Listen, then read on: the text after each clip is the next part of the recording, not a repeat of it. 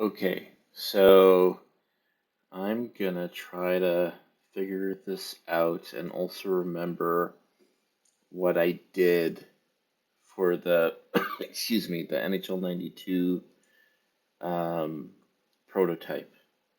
So maybe let me start by opening up the NHL92 prototype, or maybe in fact I can just look at the forum post. Let me find my forum post, and then I can start to look in the code after that. Okay, so what was it? It was some sort of Mega Drive hacking, potentially.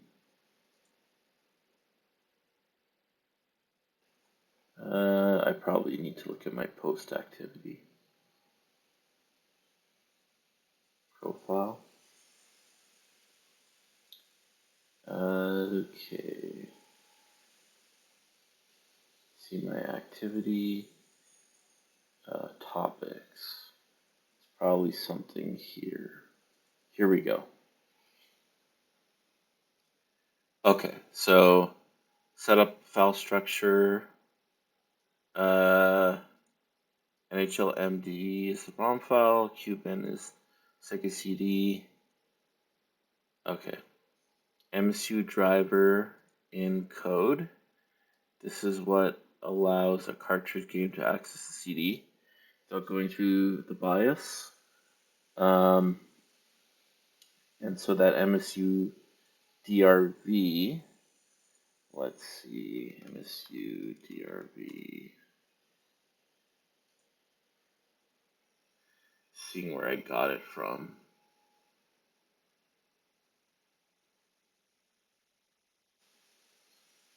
MSU-MD DRV. Okay, so the driver's right here on GitHub. Okay.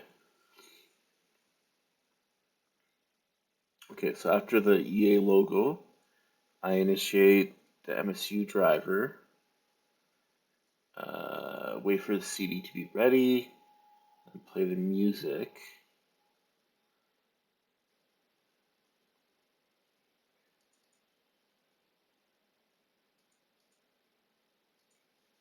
Okay, so let me look at the 92 code that's unmodified. So SRC, let me search in here and go begin. Okay, so basically,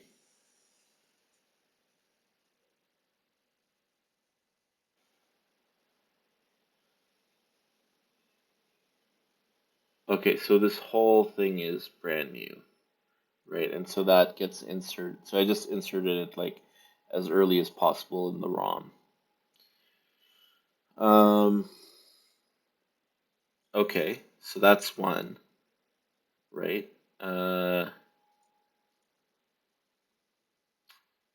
And then playing tracks, loop command. I see. Okay, so there's different commands. There must be documentation somewhere. Let's see. MSU-MD.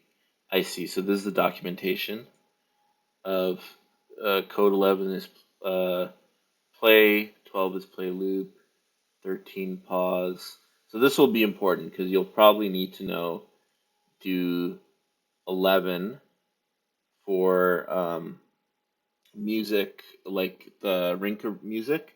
You'll probably need to do 12 for the menu music. If you want to do like the Sega CD style, like background crowd noise as well, you'd probably need to use 12. 13 would be to trying to think when you need to interrupt a song for some reason, right? You need to stop it. I don't think you'd ever resume a song but you could. Volume, yeah, I don't know if it makes sense. Like, I mean, if you want to get real fancy, you could like, uh, when music stops, you could do like a scale down of the volume. Like that gets really fancy. I don't think you need to do that. At least, like, because I don't think the Sega CD version did that, right? I think if you want to get fancy, you can figure out how to do that later, because that gets into like updating, keeping track of the volume and updating it like every frame or something, like every tick or whatever, right? Um, I have no idea what the seek is, but I don't think you need to worry about that. Oh, interesting. So I think if maybe if you intended to be played on an emulator or on a FPGA cart, you can just say don't use seek delays. Um, right? If you don't intend to use it with a real CD, just say no seek delays, and that way you can have like instantaneous track switching. Maybe it's a little bit more instantaneous. Maybe, for example, there's a whole pause when it tries to initialize. Even I wonder if you could avoid that with seek delay or setting no seek delay. I don't know. Maybe you still have to initialize the driver before then, but maybe that might avoid that pause that happens. Um, decimal number of track, right? And so then, interesting. You could even loop at certain points. So if you do no seek and then looping, then it almost is like native, um, like rather than like CD music, it's more like native music, and you could treat it more like a MIDI song where you could loop at a certain point or something. Um, okay, so there's that, and there's how it was done. This is like super simple, right? So I did it for the menus. I think what you're interested in is obviously like doing it during the game, right? And the thing is, NHL 92 didn't have um, uh, music during the game, right? So that was part of the trick of figuring this out is, oh, where do I put these when, and then this was again just a prototype. The things I would have to figure out is, okay, when do I need to stop the track? When do I like switch over to a different track? The one thing I wanted to do was the if I wanted to incorporate the crowd noise, like Sega CD style, like how would I do that? Because basically what it does is it plays the music track, finishes it. Once it's finished, then it plays the crowd noise, right? So that's like a little bit more advanced. But I mean, I'm not sure if you want to do that anyways, because um, that crowd noise, like what I've always thought was that the crowd noise in the Sega CD version sounds weird and at least alone. But I've always thought like, what if you combine the Sega CD crowd noise with like the static noise that's on the cartridge versions and like kind of had them mixed together? Like it probably would sound better, right? Um, that's just a thought, but again, that's not that important. Okay, so now we want to look at the code, right? So I'm gonna open 93 and then I'll open 94 as well because I have a lot of 93 mapped out, and 94 is mostly what Chaos has mapped out, and so I need to see what he's mapped out. But I think he's mapped out a lot of it. Okay, so I mean this would be easier if you had access to IDA Pro. I think Chaos put up a zip file somewhere. You can grab it from him. If not, I can. I guess I could zip up my version. Um, but IDA Pro and then these IDB files, which are um, basically like labeled. So, like you see here on the left hand side, this is 93. I've labeled like most of the functions now. I think out of like 400 and oh, it's almost 500 functions actually. I think only like less than 80 or around 80 need to be named still. Um, I think there's a lot more on. Oh, wow. So you see, there's way more functions in 94. I didn't realize that. But a lot. He's named. I checked. I think he's labeled about half of them. Okay.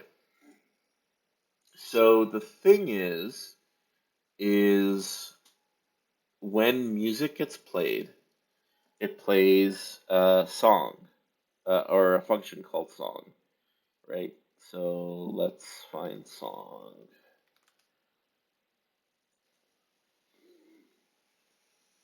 right? So song. So here's all of the places where song gets played. Start period, check period, and I'm guessing that's the intermission music, perhaps. Uh, fight, fall. That's interesting. Um, play crowd sound. That why is I don't know why that's a song. Face off. So I mean that's sometimes at the face off. I guess when you get a penalty or maybe after a penalty. Yeah, I don't know. That's weird. Power plays song. I don't. Yeah, that one's weird. This one I don't know what this is. I haven't labeled this one yet. Oh, this is the highlight. Oh, probably after you finish a highlight, it needs to play the menu music again, right? Oh, and so I should get into this. So I think what this is, it's moving the song number. So this is interesting too. We should look at this because it moves the song number into a register. And by the way, I'm terrible at assembly, right? So I'm like, I'm kind of like, uh, making this up as I go. Because honestly, even though I've done a lot of work in assembly in like reverse engineering and bitwise mapping and all this stuff, like function mapping, like I still am not like a great ASM coder. So, um, but okay, I think it's moving this number into this register, and this number represents a song, which is probably the intermission music song, right? Let's go. Yeah, let's actually look at. I think the thing that's interesting is like there's depending on where the song, what context it is, it has to select a song, right? So let's see. So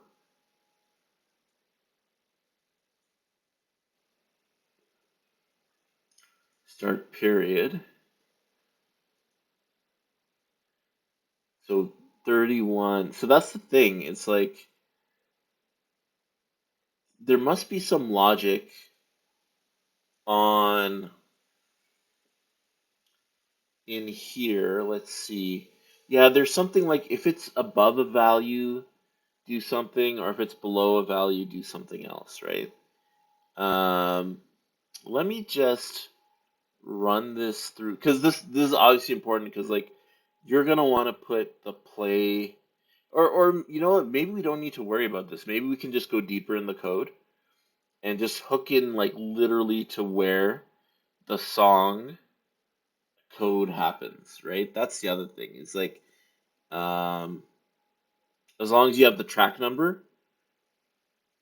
Yeah, so here I think I was thinking less than 30 is a sound effect and more than 30 is a song, right? And so if it's, and I think 37, if it goes over 37, and I can't remember if this is decimal or hex, right? But either or, whatever.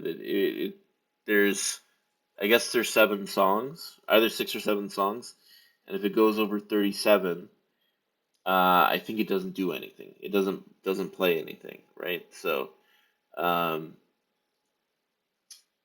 and so then yeah, so if it is uh 30,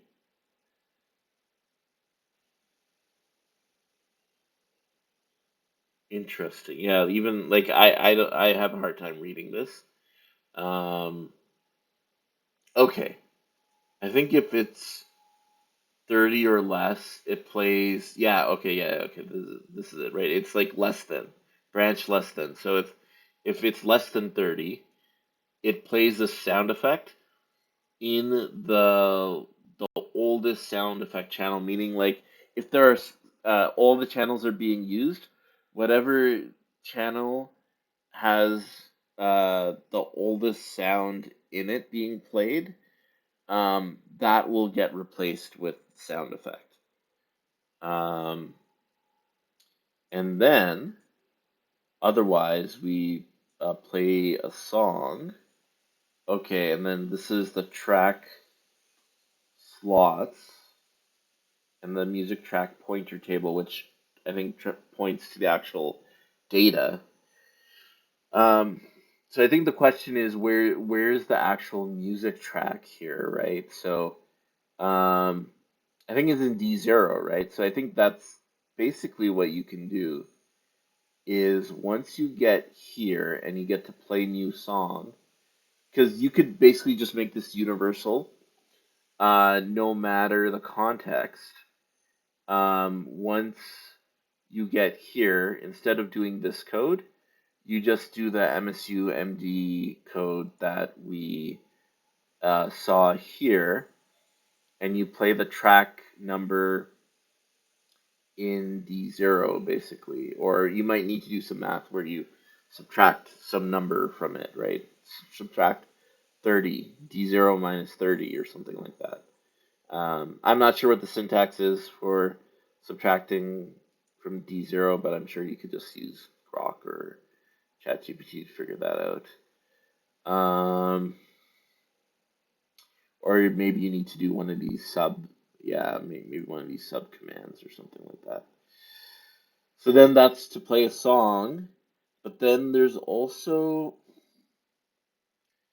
you might also need like a killing there. Let's see, turn off. So in turn off, you probably need to stop the track or pause it. Um, and then let's see what else. So there's play new song, there's turn off. I think those are the potentially the main ones. Um, I guess the other thing is to know if you need to loop it or not, right? Um, that's something you could honestly put logic in. I think based on the track number, if track number, because like the many music tracks need to be looped.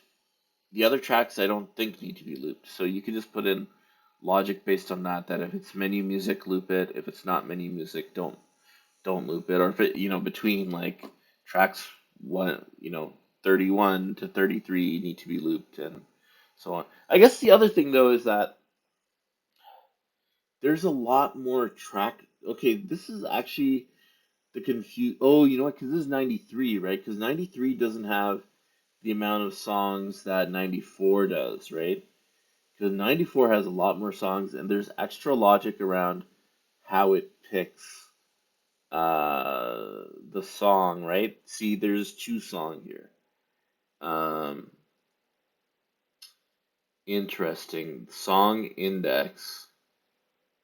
So, okay. Interesting. So I'm gonna run this through Grok. Let's see what Grok has to say, even though Grok won't have any context. Uh,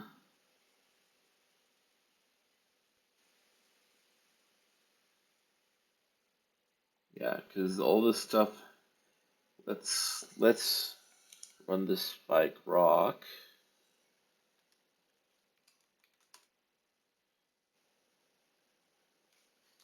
Can you comment and label this disassembly from NHL94 for Sega Genesis? So I'm gonna feed in this. I think I also want to feed in if he's got it, the song,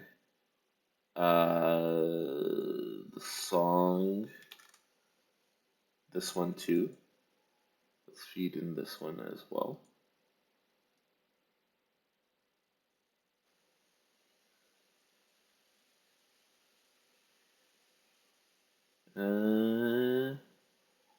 Let's see. Okay, yeah, you know what song is just that? Let's do this one too. And then let's go to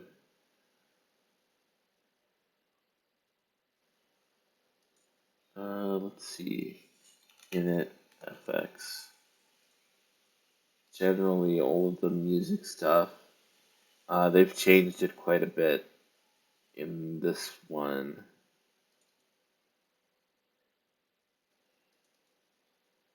Okay.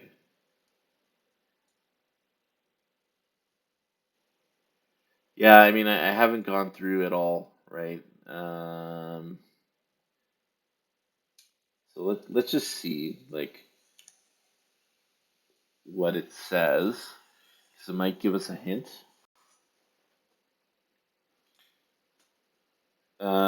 Yeah, because I'm concerned about how the logic is like a little bit different in NHL 94 because every team has 3 songs and there's some sort of table. So I assume it randomizes one of the 3 songs and then it looks into the table and figures out which of the 3 songs it is. So theoretically, if you find like the part of the sound code which is similar to this function, um, yeah, I'm just looking at this. Maybe I can find it. If you find the equivalent of this function, you don't even need to worry about that logic about what song it selects. You just get the track number in the end, because I think that's what you want. You don't want to worry about having to like look at tables and figure out what song needs to be loaded. Okay, so the music code, if it follows this one,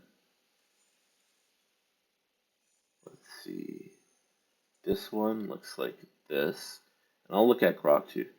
Oh yeah, this is the same function. That is not the same function.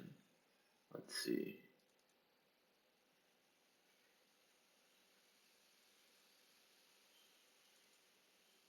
That one and that one's the same function. So let me label this one. So this one is update channel frequency. And honestly, all I did is I found all of the sound code in 93. And I did the same thing I did with 92, right? I literally just grabbed the whole sound code, dumped it in Grok, and it did a really good job of like figuring out what everything was. Okay, so this one is the same function. So clear Z80 special FX flags. Okay, so then this one is release channel and note. So 93 and 94 basically use the same sound driver, which is good. Makes it easier to understand. But yeah, because I basically have already reverse engineered all of this. In fact, in the 93 repo, I have a more detailed,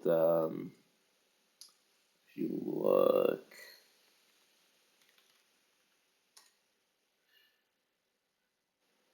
yeah, like everything is like renamed. I guess it's not fully commented in the way, um, because you can also get Grok to like literally comment every line if you want to, right? But there is a sound driver in here, so if you want to know more about how it works, you can check my NHL93 repo. I've already checked it in. Okay, interesting. Okay, so oh yeah, okay, good. So it's almost identical so far, which is great.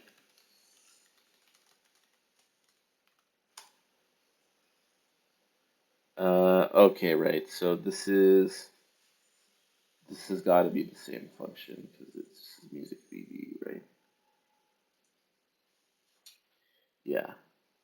It's interesting though that the NHL 94 one cares about the joystick. Like, why is the music driver caring about the joystick? That's strange.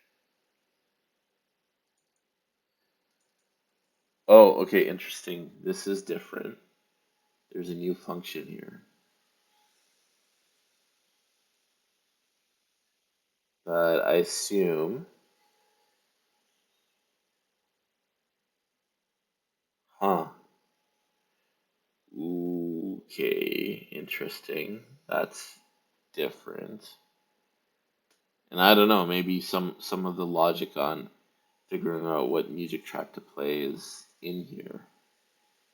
Let's see.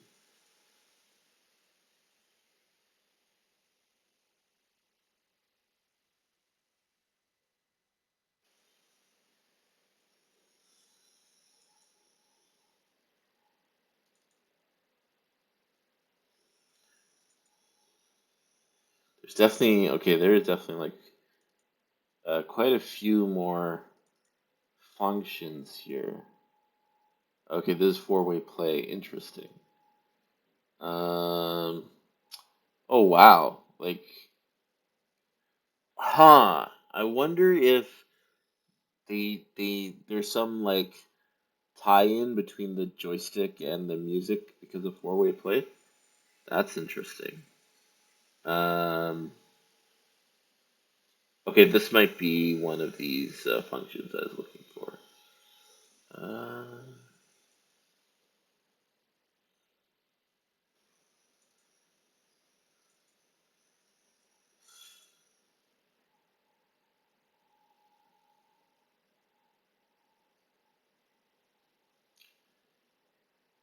this looks like it. Yeah, this is it. This, because that's find matching slot. That's kill channel loop.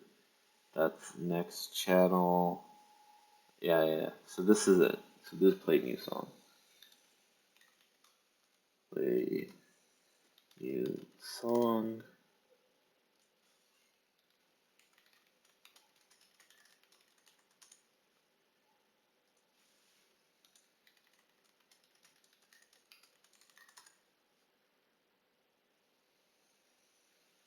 Okay, and this one is next channel. This one is exit force kill. And then let me get some of these. This is, yeah, so I don't know if this is the same like track slots. Like I could run it through Grok and see. Um,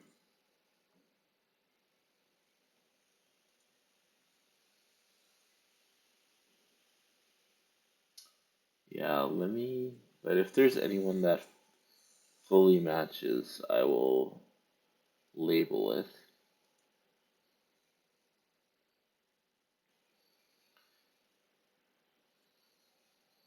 Yeah, it's hard to tell. And then, so is there a function missing here? The play SFX or music track function does not exist. Oh no, no, it does. I think Chaos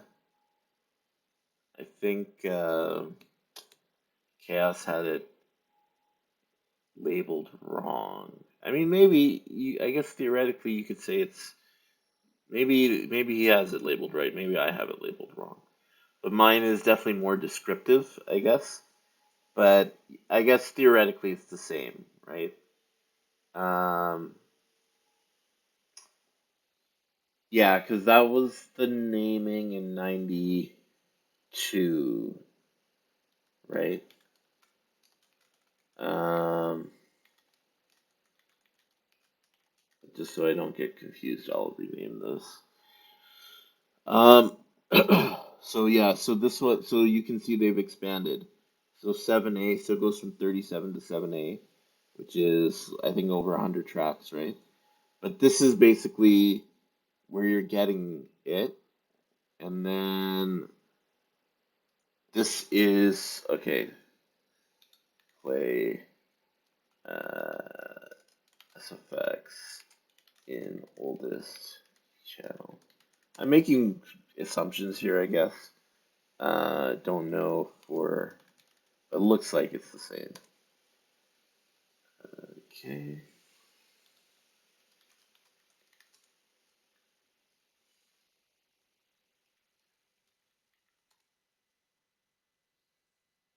So that's got to be the music track pointer table then.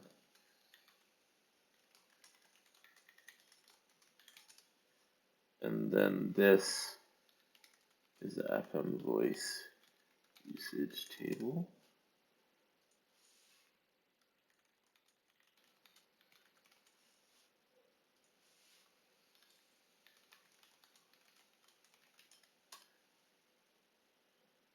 Okay, so I know in Grok I had uh, tried to label a bunch of stuff, and I probably should still go back and see. Okay, yeah, let me also get the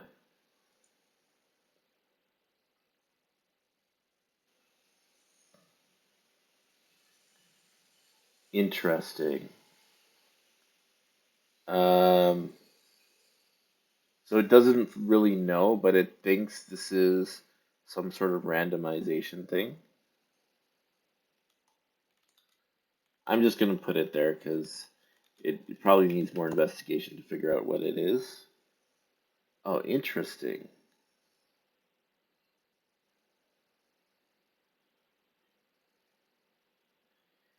Looks like it dropped some code. That's weird. That actually Grok usually doesn't do that, but it did drop some code. Weird. What's going on? This is actually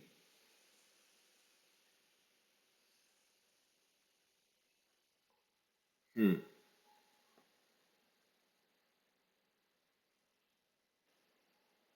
Maybe I should get it to do this again, because it dropped some code.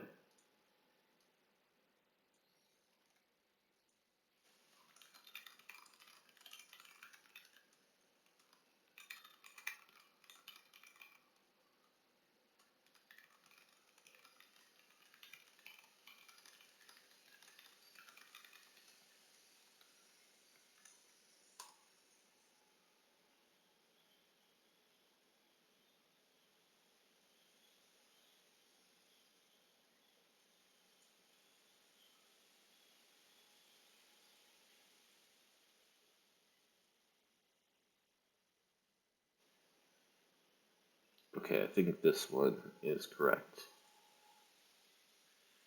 So let's try that again. Okay, so this is normal gameplay.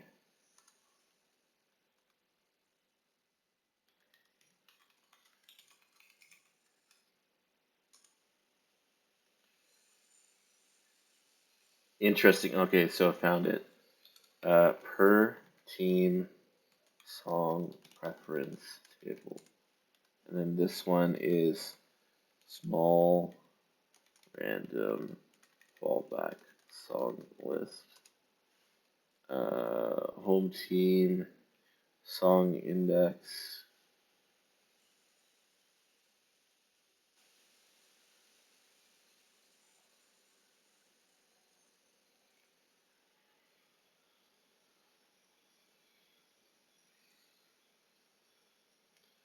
Read preferred song byte for this team slot. No preference defined. Pick random fallback. Okay, so then it gets stored into songnum. Okay. So basically, but this is not where it plays the song, right? So that's also important. Okay, it goes into the songs. And then let's have it explain this one.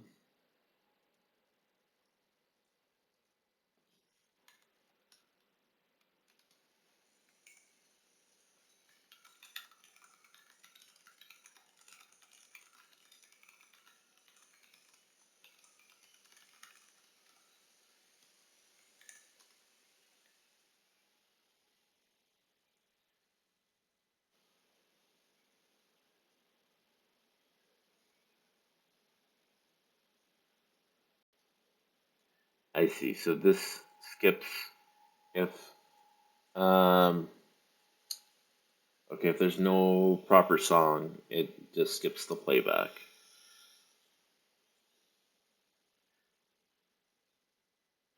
Okay, so this is literally just play the song, and then this one, I missed something there. Sorry. Oh, I didn't run this one through Grok. Let me run this one through Grok as well. Or was that a difference from 93? Oh, that's RTSS.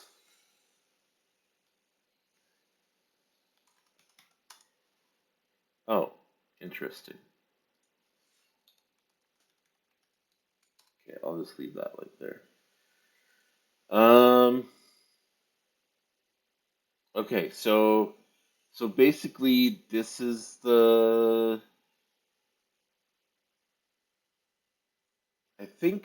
think what I need to figure out, so D0 has the song in it, right?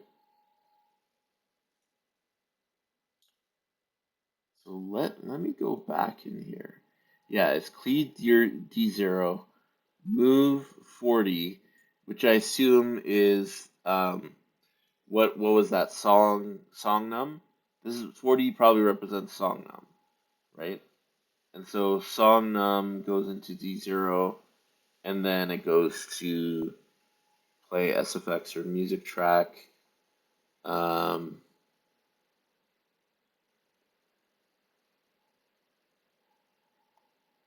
and so then here, basically, if it's play new song, that's where you can kind of replace the code, right? And put in the MSU code in here. And the important thing is the track slot, which I think should still be D0, right? The D0 should be the track slot that gets played.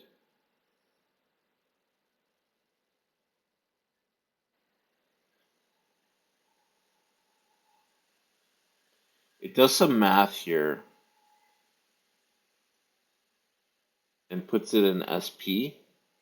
So I don't know how it's transforming the number. Like you might need to shift the numbers in some way because you don't have like on the cartridge version, it's sharing SFX sound slots with music sound slots, right? And they're shared.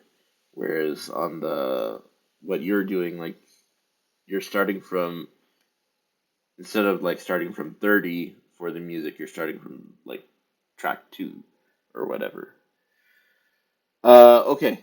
So there's that. So now it's like, okay, now we know where the code is, right? So it's at this over here, 1A304, right? And so basically you're going to have to skip over all of this code and write your own code for this, right? Um,